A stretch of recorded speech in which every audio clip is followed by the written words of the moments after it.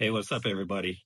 Today I wanted to do a quick video on, is our intrusive thoughts sin? There's a lot of people that talk about these intrusive thoughts, and they feel a lot of times they're sinning when these thoughts come into their mind. So I'm going to go over the difference between an intrusive thought and the actual thought that becomes sin. Have you ever had a thought that was shameful, maybe evil, blasphemous, that popped into your mind? Then you quickly think, did I just sin or I have sinned? And you go straight to prayer, asking the Lord for forgiveness in that moment. And then this fear comes over you that you've done something that you deeply regret.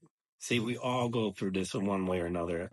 I would like to say all of us in some way, some fashion have had intrusive thoughts that just come into our mind randomly.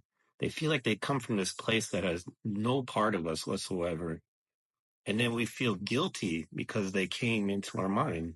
See, we all go through this in one way or another. But the thing is, every thought that comes into your mind is not a sin. And Jesus actually explained the difference between the two. But I want you to understand this. Having those thoughts is not the same as sinning. Just because you had those thoughts doesn't mean you committed a sin. So I know someone would probably ask, well, why? What's the difference? If those thoughts that come into my mind are not sin, what would be the difference? Well, the difference is temptation is not a sin. And we know this because Jesus was tempted and he was sinless. So let's take a look at James 1:14 and 15. But each person is tempted when they are dragged away by their own evil desire and enticed. Then, after desire has conceived, it gives birth to sin, and sin, when it is full grown, gives birth to death. So we know that temptation is not sin, and Jesus was tempted when he went to the wilderness, but he never sinned. So let's take a look at Matthew 4:1-4. Now this is where Jesus is tested in the wilderness. Then Jesus was led by the Spirit into the wilderness to be tempted by the devil. After fasting 40 days and 40 nights, he was hungry. The tempter came to him and said, "If you are the Son of God, tell those stones to become bread." Jesus answered, "It is written, man shall not live on bread alone, but on every word that comes from the mouth of God." So we see that Jesus was tempted. And these thoughts, intrusive thoughts, may have come into his mind at those times while the enemy's talking to him. These ideas could be placed in his mind, but Jesus did not follow through with the temptation that was laid out before him. See, the difference is Jesus never entertained or agreed with the temptation. Let's take a look at 2 Corinthians 10:5. We demolish arguments and every pretension that sets itself up against the knowledge of God, and we take captive every thought to make it obedient to Christ. Some thoughts will come into our mind uninvited, but you can reject them, and that is not a sin. That is spiritual warfare. When these thoughts come into your mind uninvited, and you have to take up your guard and disregard them. Go into prayer, ask the Lord to cleanse you of these thoughts and remove them from your mind and bring peace upon yourself. Now, I know some people might bring up, what about where Jesus said, if you have a lustful thought, it is basically committing adultery. So let's take a look at Matthew 5:28. But I tell you, anyone that looks at a woman lustfully has already committed adultery with her in his heart.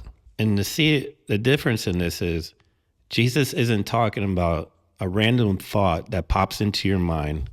What he's talking about is willfully looking at a woman, taking those thoughts into your mind, dwelling on them, and having this desire in your heart about it.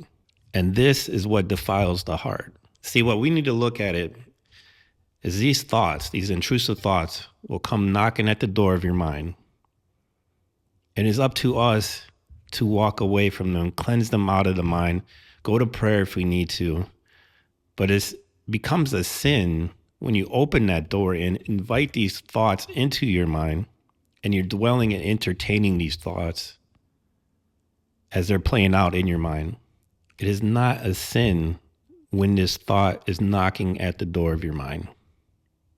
It is only becomes a sin when you open that door and invite them in.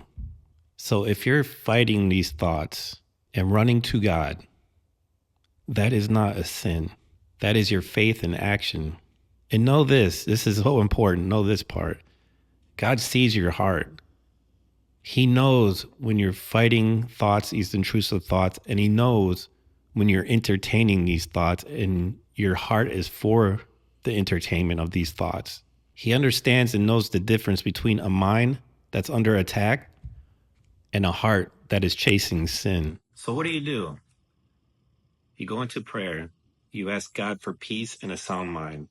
You want to refocus and look upon what is pure, noble, and true.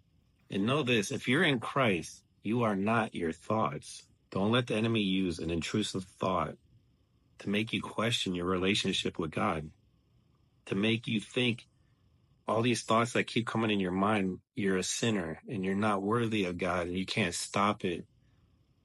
Go into prayer and ask God to cleanse your mind and put your guard up and know that these intrusive thoughts do not define you, do not make you a sinner. You just got to cleanse them out and do not be entertained by them. And know that if you're in a battle and you're fighting this, it is because you still have a strong relationship with God. If there's no battle, that's the real problem.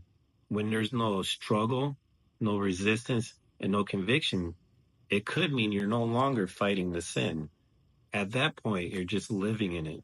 So if this video has helped you in any kind of way, please like, share, and comment. And watch this other video, as this will help you build a stronger personal relationship with Christ. God bless.